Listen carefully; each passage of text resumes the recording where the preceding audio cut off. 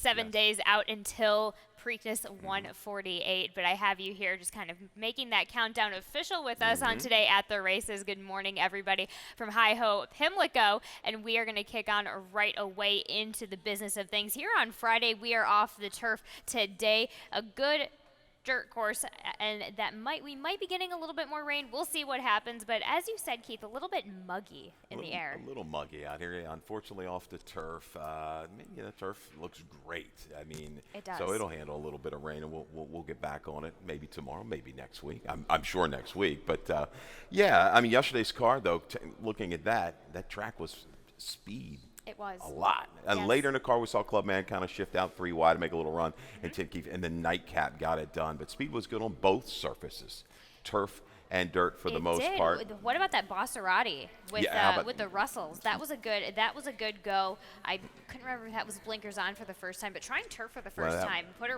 right near the front end, and then she ended up dominating the rest of the way. But the bigger price, we didn't have crazy prices yesterday. Gunslinger $10.40, and then Anti-Rona for Tim Keefe in the Nightcap at $12, giving Sheldon Russell 2 wins as well as J. Ron Barbosa. I saw some picks up there, and you had a good exacta box, even the try, I think, with the Gunslinger race, and that paid quite handsomely. So I think it did. Kudos to you. I didn't get a chance to see all of Tim's picks, but you guys, we're putting the people in the right direction. That's what we try to do. We did pretty well on Thursday. If we can be as hot as – I hit a pick 4. We hit some other value plays, but Cedric Mullins last night, if we can kind of – carry that trend the way he was hitting for the cycle in the Orioles game. If I can stay as hot as he is right now, we're going to be just fine on this racing card. That was a lot of fun last night. Go 0-6-3 win to get it done. But, this card's interesting today. I've got some horses that I like. Going to take a couple shots. We've got some stuff coming up, especially here on this off-track. Plenty of scratches. We're going to get into it in a second, starting with this early pick 5 in this claiming 16, which have never won 3, going 6 furlongs on the dirt for the 3-year-olds. And up, Keith, you land on the number 6 at Gilligan. For the Corrales Barn and John Brasino. A nice second last time out, going 7 furlongs. Yeah, a couple races back, he kind of changed his style a little bit. He was taking the rate. He was able to rally into it. Then last time out, I know the Eternal, that first quarter was a little bit sluggish, but, boy, he was really kind of keen to go and got involved in a battle around the turn just to give way grudgingly. Yes, this is a step up. Yes, I got a negative stat that I saw on Corrales. I'm not even going to show it. So bad. But the way the track played yesterday and the eagerness that Gilligan showed early last time, I think he might be able to pop out there and control things in today's opener. I'll bring up the bad stat. 5%. 5% from Laurel to Pimlico. That's going to remember, when I bring up these Laurel to Pimlico stats, especially in this first weekend of racing here, that is also going to carry over from that fall meet last year. So 1 for 19 with Laurel to Pimlico on Gilligan. But you go with the rail horse also in your exacta. I have this one on top, despite odds. Carlene Tapscott, Yomar Ortiz shortened back up in distance, and I think that's really the big kicker with this one today, especially taking that rail. April 13th, inside speed was very good. We saw Majestic Frontier had that wide trip on that day, came back to gallop. This one, 3 wide, 2 wide around with that pressure. I think this is an improving horse for a barn that doesn't run a lot of horses, so you still might hold a little bit of value. Let's talk about, I think the 3 is going to take the majority of the play in here, dropping down Amadeus Music, allowance to the claiming, second off of a break. Looks kind of deadly, 19% angle over the last 60 days for DePaz. Absolutely. So I just wanted to come up with a couple. I wanted to see if I could go a couple of other directions other than the obvious go to kick off this early pick 5 here on a Saturday, 7 days away from Preakness at 1:48. Keith, let's go ahead and take a look at your early pick 4 ticket, which does start in this first leg. Well, you don't need a whole lot of money to get this one done. I can't foresee it paying a huge payout, but just like Thursday, take what they give you and move on. That's it. Keep churning. So we're going to single Ladro Defici, a lot of scratches. We won't list them all. There's a slew in race number 2, going to be at a 1.125 on the dirt track. Farragut gets what he wants, right? I was going to kind of use this horse on the turf anyhow, but looks like the controlling speed at a very short price in race number 2. Race number 3, another single, Rebellious Stage for Brittany Russell and company. Sheldon Russell for the ride. We've got a stat for that one in a little bit. Race 4, there's your spread, 1, 2, 3, 4, and 7. I'm going to key around Flaming East off the claim, but I thought that was a spread race in there. Race 5 with the 2, 3, 6, and 9. I'm going to be interested in hearing about that one Okay. with your number 2, Flaming East, later on. But let's go ahead and turn back things around to the first leg of this early pick four. As you mentioned, your first single on your ticket, Yeah. the number 10 in this Claiming 25 for the girls, which is number 1, 2, 3-year-olds and up, a mile and then eighth on the dirt. As you said, scratch in the 1, 2, 4, 5, 7, 8, 11, 12, and 13. So we both end up on Lado de Fici in the barn of Anthony Ferrier for the first time. Keeps Angel Cruz in the saddle today. And kind of superior numbers. All she's got to do is kind of hold form. If she breaks cleanly, she gets to the front. I think she controls it a good game second to Misty Mob, who came back and upset in the Dahlia at a big price there. I think 17, 18 to 1 with a good number. So it's her race to lose on the front end. Let's move to the third. Well, let's also move to the third. You and I also included Water Witch underneath just for fun for Anthony Ferrier. So maybe going for an Anthony Ferrier 1-2 there in race number 2 to kick off the early pick four. Race number 3 is a maiden special weight going 6 furlongs on the dirt for the straight 3-year-old Scratch. And then number 2, Full Irish. Keith, you and I both land on Rebellious Stage for Brittany Russell, Sheldon Russell. This is a first-time starter. Take a look at that stat, Keith. Yeah, and we've used some stats. It's been a while since we threw one up. You know, she's so good. I mean, past 2 years in Maryland on the dirt, 7 for 16 with these 3-year-old maiden special weights. Wow, the first time starts. ROI close to $3. Rebellious Stage by Justify. We're awfully familiar with that one. Out of a mare who won her debut. And this horse, if the rain does pick up and this track gets good to even muddy or sloppy, certainly bred to like it. 2 sibs to race, a half a sib Energizer, made 194,000, top with an 83.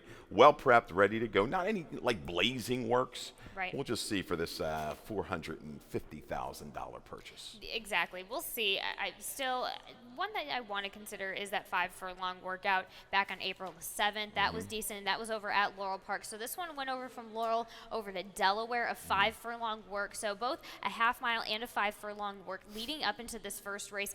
Listen, she gets well-bred horses, but it's also how you handle them as well. She is she's a top conditioner. And in this circuit, the more fit they are, the more better chance they have of winning that first race, which makes sense.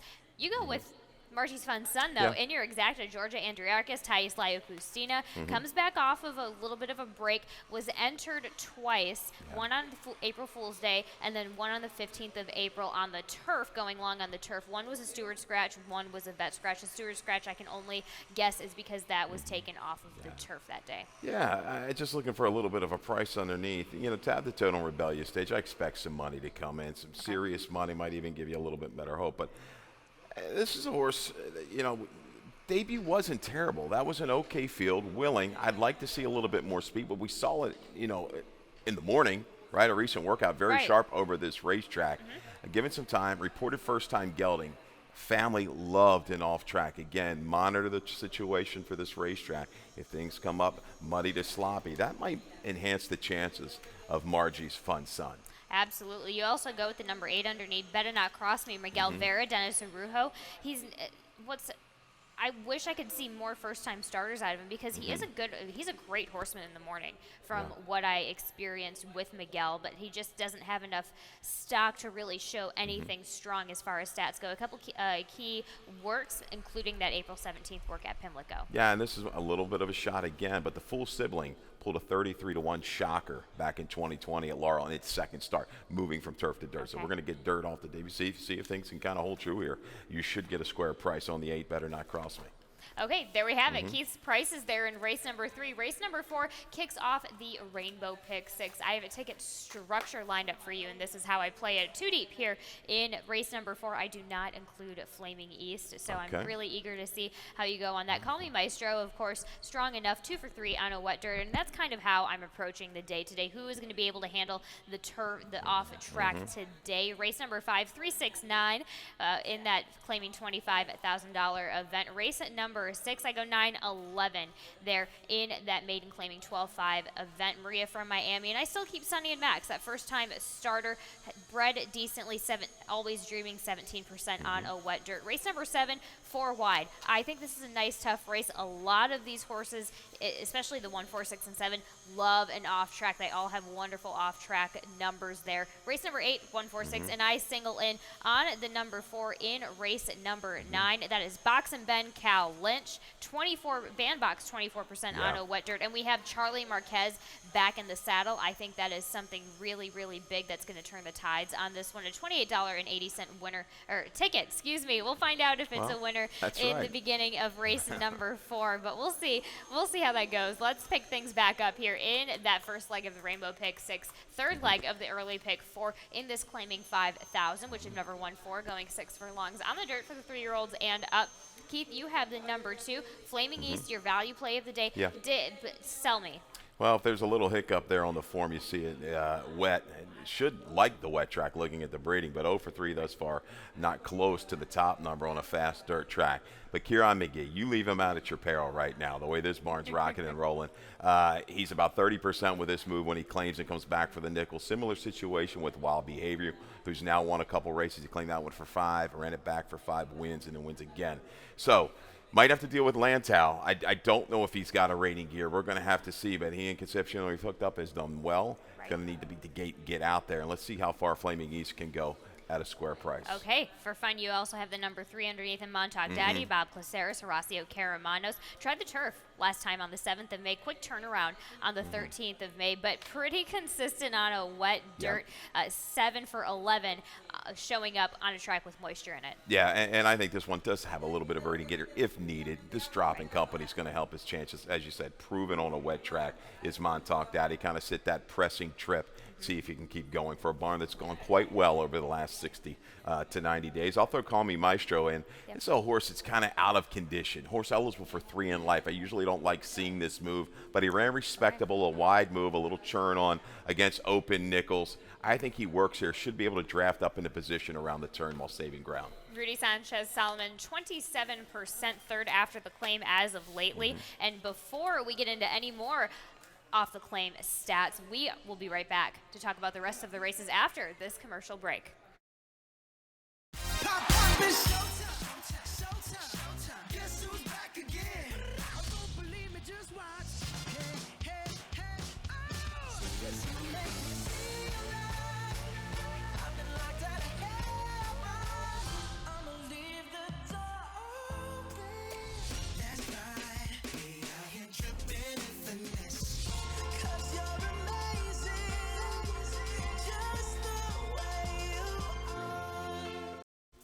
And welcome back for the rest of Saturday's card here at Hi Ho Pimlico in this claiming 25,000 effort, which have never won 2, going 6 furlongs on the dirt. For the girls, 3 years old and up, scratching the number 1 Golden Angel, scratching the number 7 Isabella's Glory. Keith, you and I both have Sweet Beauty for Anthony Ferrier on top with Arnaldo Boca Chica shipping in, of course, coming off of that Keeneland effort. 2 horses I was going to use, Callie, the 1 and the 7. We'll wait another day for those 2. But, yeah, Sweet Beauty teaming up.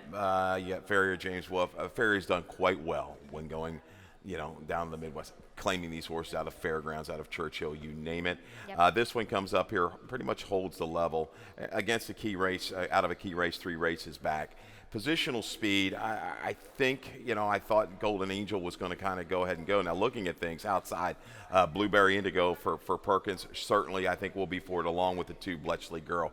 So allow Sweet Beauty, I think, just to slide up in there to stalk and pounce by the time they hit the top of the stretch. She's got enough speed to stay close. 1 for 16 words. I mean, if she knocks on the door, she's going to be hard to leave out of the exacta. Tap and Glow, I'll let you talk about that one. Ricky Silliman. Last year, well, let's just say within the last year, because last year, what was he? 9 for 17 so far over the last year at Pimlico. What an ROI. Exactly. 290 with close to $3. Just a tremendous run here for Silliman at this meet last year. Absolutely. I just have something even shorter. You had that longer stat. I'm just going off of a 3 for 4, so that's 75% as of lately. But other stats that really fit well, that are really strong amongst the Silliman barn right now. 33% second off after the claim, 5 for 15 in the winner's circle. And let me do the math really quick. But, however, 3 for 15 in the money second after the claim for Ricky Silliman. Of course, you also had that second after the layoff, 8 for 22. That's 36% in the winner's circle and 15 for 22 in the money as of late. So really, I was so tempted to put Tap and Glow on top just based off of those stats alone. However, went well in the Claiming 16 last time out on and off track on April 1st. I like the time in between just to get this one back into good graces. You have Angel Cruz back on, which is interesting. Charlie Marquez didn't really do anything wrong. Things happened right out of the gate, so I'm interested. It'll be interesting. Angel will be fine on this horse. I'm just doing a quick scan to see if Charlie's on anything else in this race, and it's not looking like it. So no. Love the ride that Charlie gave on him last time out. So, again, Angel will be fine. But Angel Cruz is 36% with Ricky Silliman as of late, 5 for 14. So that also makes a little bit of sense. But, of course, it's the second after the layoff with not the greatest trip first after the layoff that really does it for me with Tap and Glow today. All right, there you go. Tap and Glow handled some adversity last time, had a little trouble out of the gate, kicked on. This is the second time back in the barn, a reclaim for Silliman. They must like her, and a little bump up in here. Hopefully she gets a little bit flow to target, because I think Bletchley Girl, she's going to go ahead and go along with Blueberry Indigo. I agree. Right. Blueberry Indigo winning that first race on an off track back on the mud, stretching out on the 25th of February of last year. So then we get a couple of races here for 2023. I just like the setup for this one on the outside, of course. Benny Perkins, shortening them up 17% off of a short sampling as of lately. But race number 6 is the start of that jackpot super high 5. Yes. I believe that didn't hit. We have $611, so plenty up for the taking here in race number 6, and which is this maiden claiming 12-5, going 6 furlongs on the dirt for the straight 3-year-old fillies. Scratch in the number 2 Blonde Samaritan and the 8 Savvy Dancer. Keith, you and I both land on Maria from Miami. Let's go ahead and take a look at this starter from Brittany Russell, Javian Toledo. Maybe 12 times the charm here today, Keith. Yeah, I mean, gonna try. She looks like, unless this firster, Sonny and Max for Kelly Breen, has plenty of speed, it looks like it's going to be Maria from Miami's chance to go ahead and take them wire to wire. She held quite well. You see the short comment inside valiantly, just nipped. This was very, very close at the wire. Out of luck, it's going to come rolling on the outside. Tough beat, but she's knocked on the door 5 times, second out of 11 starts. She needs to break clean. Going to be really hard to keep her out of the exact if she just goes right to the front. Sonny and Max, you got a $70,000 purchase in for the 12. That bothers me a little bit, but this barn's been okay with debuting in the maiden claiming ranks as well. Look for a little price, maybe Royal Party for Uriah St. Louis.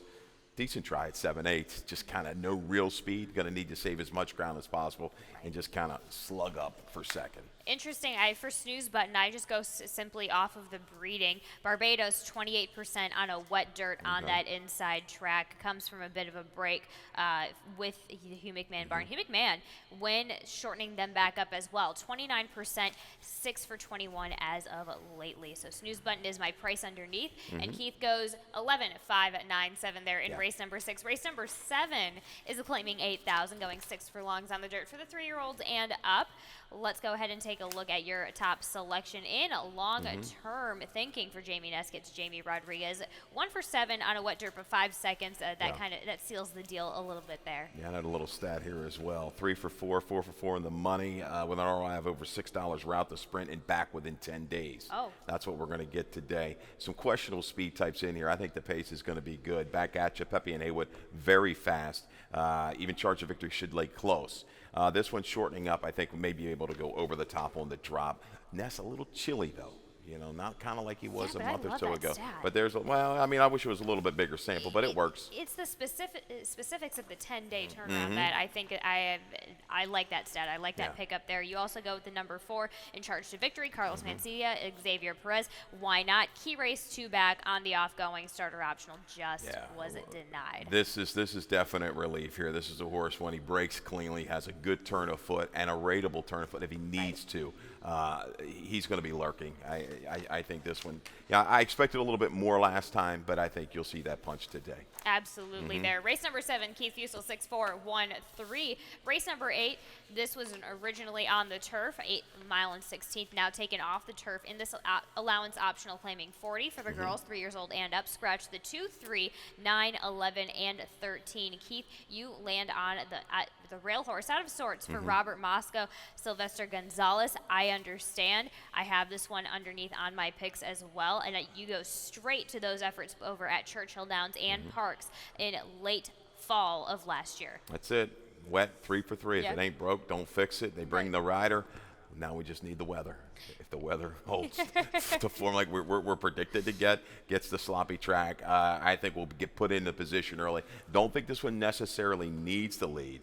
But I think I want them close. I want her close. But I think it's going to be a go from the inside. It depends. If she's forced into an issue, I refer back to that Parks effort and that claiming 12-5 on the off going, drew the rail position, went to the lead and took a commanding lead and didn't look back. Let's take a look. I'm just going to quickly scan on some others that may take the lead, cashing big checks. Jamie Ness, Jamie Rodriguez. That's exactly what they're going to be doing. They tried doing that. They did it well enough over at Delaware on the 26th of October. Also drew the rail position there, was kind of forced to go and faded a little bit. You go and then kind of building on that, then you look at, okay, this one is drew a little bit more of an outside post, outside looking in, trying to go for the speed. How is that going to look for this one? Then that brings me to a key race. While it is on the turf, broke from the 4 position, was on the outside, still in hand. It'll be interesting to see how that shakes down with those two dominant enough speed there. But you also go with the number 4, Can't Deny, Misty Mauve, Rudy Sanchez-Selman, Johan Rosado won the Dahlia amongst a scratch field on this type of setup. A good dirt track, but that was at the 1-turn mile. How do we think about these 2 turns here today? I think it's fine. Yes, I think it's I fine. agree. She's really improved nicely since being claimed for the 16 up to 25. Gets a little luck off the turf, gets it done in a day. You had a little bit of a dual setup, but against proven horses like Mitt Mazel, Silver Currency had run a big race for Brittany, first time coming in from Sam Houston, I believe. But yeah, I mean, designated hitters and Rudy Sanchez-Selman, they've teamed up for some really good wins of late. And then we also, to wrap everything up, the number 6, Surya for Brittany Russell, Sheldon Russell on top, coming off of that winter break and handles that wet dirt for the first time today. Bred well enough, Street Sense and Dam Sire include 14% with that as well. Yeah, I think this one it definitely improved from those prior dirt tries. I think it might still be a little bit better on the turf, but I think you'll see some improvement. Yeah, this flow is going to be interesting in this 8th race. If the one kind of goes, you've got a horse like Bourbon Wildcat off the sprints that a little fresh, it could be a little bit of a nuisance up front. Yeah, for some exactly. Of these horses. Yes, nuisance is a good way to word it. Brittany Russell, 32% first after the layoff as of lately there to wrap up our picks in race number 8. Let's talk about the nightcap of the evening in maiden claiming 30,000, going 6 furlongs on the dirt for the 3, 4, and a 5-year-old. The scratch in the number 5 maybe it's time, but regardless, I had the number 4 on top. I'm guessing you did as well. Box and Bent for Cal Lynch gets Charlie Marquez back in the saddle today. Yeah, I just don't like giving out short prices like this. 4 for 5, 4 seconds out of 5 tries, a third. Good speed, hung out wide and really kind of battled gamely 2 races back then, hooked a really talented first-time starter, a horse that took some play for Tim Keith in Great Heavens last time out. You said it, bandbox. If the track comes up wet, this horse is the speed of the speed. If he I think gone. Further than that, so Bandbox is 24% on an off track, right? Yep. The Dam Sire, here comes Ben, 43% on a wet dirt, and there's enough of a sample to go off of. So I'll take that. That's something I enjoy. I do like it's the combination of a couple things. We have Marquez back on, and we have Marquez back on for 2 reasons. They put Axel on because they wanted to take the weight off and tried and just did an experiment of going to the lead with this one. It just didn't pan out. So we get Marquez back on, who clearly has some chemistry with this gelding. Rode smartly, as you mentioned, Key Race being 2 back against that talented Tim Keefe runner there. But Keith Fusel, you also go with the number 9 on the top. The Great Gazoo for Michael Gorham gets Jamie Rodriguez. A nice effort on a track with some moisture last time out at the maiden 30 level. I think it's going to be able to prompt the issue here. If things kind of get contested up front, if a horse like Pulsar wants to go and can keep Box and Ben honest, if anybody can keep that one honest, this one slides into that position. You go ahead and stalk and move into a good effort last time. One fanned out about 5 or 6 wide, turning for home. Absolutely, I see that as well. Bar Down Express, Rudy Sanchez-Selman, Louis Rivera Jr. Pretty straightforward with the weight off and the inside post. You go to the lead. That's exactly what they tried to do last time out at the 7 furlongs. Maybe the 6 furlongs in the setup of Pimlico might help this one out a little bit better, but it's going to be a tough challenge. Man, I liked this one last time. Again, designated hitters, Rudy Sanchez-Selman. We played this one 8-1. This one, he ran huge. Flow might be a little bit quicker here, but I still think there might be a rating gear for Bar Down Express. Has to kind of get through the first 3/16 of a mile unscathed. If he can kind of do that, he ran so hard last time, back a little bit quick. I hope that just didn't take the starch out of him. Okay, and then you take your number 7 to wrap up all of your picks there. As Keith Fusel goes 4-9-2-7 in race number 9. Let's head on over to lightning round as we just wrapped up all of our talks here for Saturday. But let's talk about a couple. Let's dig into that a little bit more. Let's start with your value play of the day. Race number 4, the number 2, Flaming East, Kieran McGee. Hard to deny, walking right out of his stall on the backside at Pimlico. That's true, and he's been deadly off the claim, the nickel, back to the nickel, waiting and coming back. 6-1 might come down off of that, just the way this barn has been, but I think a lot of play is going to come in on Montauk Dottie as well off the drop. But let's see, Flaming East and Axel Concepcion kind of get to the front and keep going. Sure enough. McGee and Concepcion getting the Laurel spring titles just in these past couple of weeks. So interesting setup there. Your best bet is in race number 8 in the number 1 Out of Sorts. Why not? This one is bred well enough and is proven back on those muddy starts. That's the key for that one. That is. We're going to ride the off-track record. I mean, if the track, doesn't get muddy to sloppy, well, maybe a little bit of a hesitation there. But I think we're going to be okay. Bringing that rider inside post, gets put into the race, and stays around. Absolutely. Let's go ahead and take a look at some noms. So we've covered boys and girls on the turf, but now let's cover the girls on the dirt, starting in the Allaire DuPont Distaff Stakes. Of course, the track's a nice field. I haven't looked into it too much. With the nominations as big as they are, I just kind of wait to see what I can get out of that. So let's move ahead to the skip at as well. All right. Respectable enough field. I always look for I always am looking to see what local talent is on. I immediately see Street Loot.